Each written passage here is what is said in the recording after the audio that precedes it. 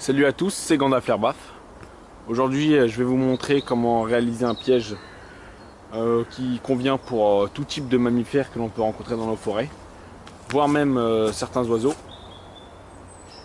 Le minimum à avoir, c'est simplement de la ficelle et quelques bouts de bois sous la main. Un bâton flexible. Voilà. Donc, par exemple, plus le bois est vert, plus la détente sera importante parce que l'arbre est plus flexible. De la ficelle avec un bâton accroché au milieu, mais on verra ça après. On verra pourquoi.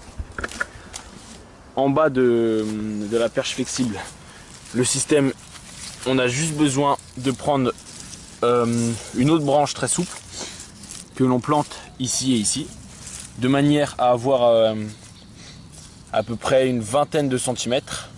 Ici sur le test de ce piège que j'ai réalisé, bon, j'ai peut-être pas mis assez d'espace, mais bon, je pense que ça ira très bien. Il vous faut ensuite un long bâton, le plus droit possible, qui fasse la longueur de votre piège, donc ici.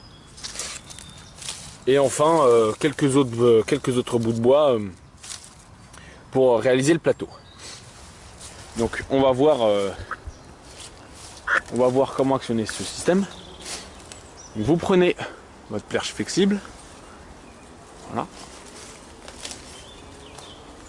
Vous la pliez, donc là le bout de bois ici, et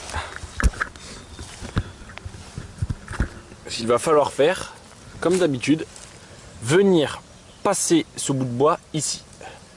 Voilà. Alors vous devez sentir qu'il y a beaucoup de tension ici.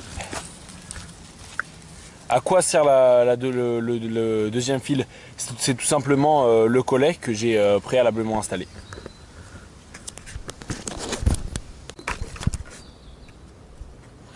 Donc ensuite, on va venir prendre le long bâton, et pour empêcher le système de remonter, on va le prendre et on va le placer juste comme ça, et de fait de la tension du bout de bois, il va tenir naturellement.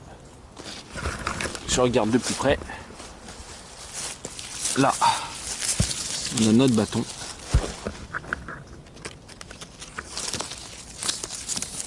Qui n'est absolument accroché à rien, il tient juste avec la tension de notre bout de bois.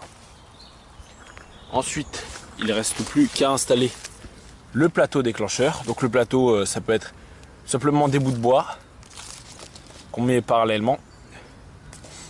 N'hésitez pas à mettre quelques écorces ou quelques bouts de bois verticalement au plateau déclencheur. Pour comme ça, quand l'animal marche, il déclenche tous les bouts de bois en même temps et c'est encore plus efficace. Donc là, on va mettre un autre bout de bois. Voilà, donc là, pour la vidéo, ça suffit.